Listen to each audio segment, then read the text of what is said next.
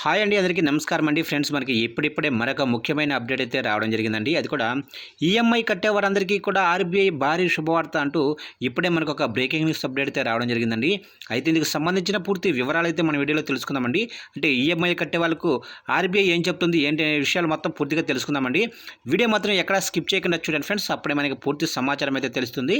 ఇక ముఖ్యంగా వీడియో నచ్చినట్లయితే లైక్ చేయండి ఫ్రెండ్స్. లైక్ చేయడం వల్ల మనకు తెలిసిన ఇన్ఫర్మేషన్ మరికొంతమందికి అయితే రీచ్ అయ్యే అవకాశం ఉంటుంది. ఇక లేట్ చేయకుండా వివరాల్లోకి వెళ్ళిపోదాము. ఇక్కడైతే చూడండి ఫ్రెండ్స్, అత్యవసరంగా డబ్బు అవసరమైన బయట ఇంట్రెస్ట్ రేటు అధికంగా ఉంటుందనే కారణంతో చాలామంది బ్యాంకులు, నాన్ బ్యాంకింగ్ ఫైనాన్స్ కంపెనీల దగ్గర రుణాలు అయితే తీసుకుంటూ ఉంటారు. ఇక ఉద్యోగుల్లో చాలామంది లోన్లు తీసుకున్న వారే ఉంటారు. ఎక్కువ మొత్తంలో లోన్ తీసుకొని ప్రతి నెల కొద్దిగా ఈఎంఐ రూపంలో చెల్లించి వెసులుబాటు ఉండటం వల్ల చాలామంది దీనికే మొగ్గు చూపుతారు. అయితే ఈఎంఐ చెల్లింపుల్లో ఏమాత్రం ఆలస్యం జరిగినా ఆయా సంస్థలు కస్టమర్లకు చుక్కలు చూపిస్తారు.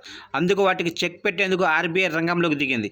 ఇక ఆ వివరాలు చూసినట్లయితే ఆర్బీఐ తీసుకున్న తాజా నిర్ణయం వల్ల బ్యాంకులు, ఫైనాన్స్ సంస్థల నుంచి రుణాలు తీసుకున్న వారికి భారీ ఊరట కలగనుంది.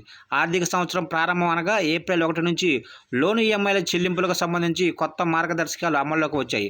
వీటి ప్రకారం బ్యాంకులు, ఫైనాన్స్ కంపెనీలు లోను చెల్లింపు గడువు నాటికి డిఫాల్ట్, ఇతర రుణ నిబంధనలను ఉల్లంఘించినందుకు రుణగ్రహీతలపై అదనపు జరిమానాలు విధించకూడదు. అంటే ఈఎంఐ ఆలస్యమైతే ఫైన్ కట్టాల్సిన పని లేదన్నమాట. ఇక సాధారణంగా నెలవారీ చెల్లించాల్సిన ఈఎంఐ మొత్తాన్ని ఆలస్యంగా చెల్లించినందుకు బ్యాంకులు ఖాతాదారుల నుంచి జరిమానా వసూలు చేస్తారు.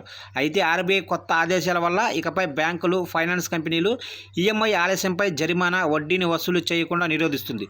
లోను డిఫాల్ట్ సమయంలో వడ్డీ రేటుకు అదనపు ఛార్జీలను జోడించడాన్ని సెంట్రల్ బ్యాంకు ఇప్పటికే నిషేధించింది. పెనాల్టీ ఛార్జీలపై ఎలాంటి అదనపు వడ్డీని వసూలు చేయవద్దని బ్యాంకులను కోరింది. ఇక ఈఎంఐ చెల్లింపుల ఆలస్యమైతే జరిమానా విధించడాన్ని క్రెడిట్ క్రమశిక్షణకు సంబంధించినదిగా రిజర్వ్ బ్యాంకు పేర్కొంది. అయితే బ్యాంకులు, ఆర్థిక సంస్థలు దీనిని ఆదాయాన్ని పెంచుకునేందుకు ఉపయోగించుకోవటాన్ని కేంద్రం బ్యాంకు తప్పుపట్టింది. అంతేకాక బ్యాంకులు, ఫైనాన్స్ కంపెనీలు తమ ఆదాయాన్ని పెంచుకోవడానికి పెనాల్టీలు, ఇతర ఛార్జీలు విధిస్తున్నట్లు గమనించింది. ఇక కొంతకాలంగా ఇలాంటి సంఘటనలపై ఫిర్యాదులు పెరగడంతో రిజర్వ్ బ్యాంకు రంగంలోకి దిగింది. బ్యాంకులు, ఫైనాన్స్ కంపెనీలకు చెక్ పెట్టే దిశగా చర్యలు తీసుకుంటుంది. చూశారు కంటే మొత్తం మీదుగా ఈ విధంగా అయితే ఆర్బీఐ కీలక ప్రకటన అయితే విడుదల చేసింది. మొత్తానికైతే ఏదైతే ఈఎంఐ కట్టే వారందరికీ కూడా ఇది ఒక గుడ్ న్యూస్ అని చెప్పుకోవచ్చు ఫ్రెండ్స్. చూసారా ఫ్రెండ్స్, అప్డేట్ నచ్చినట్లయితే లైక్ చేయండి. ఇలాంటి ముఖ్యమైన అప్డేట్స్ కోసం ఇప్పుడే మన ఛానల్ని సబ్స్క్రైబ్ అయితే చేసి ఫాలో చేయండి ఫ్రెండ్స్.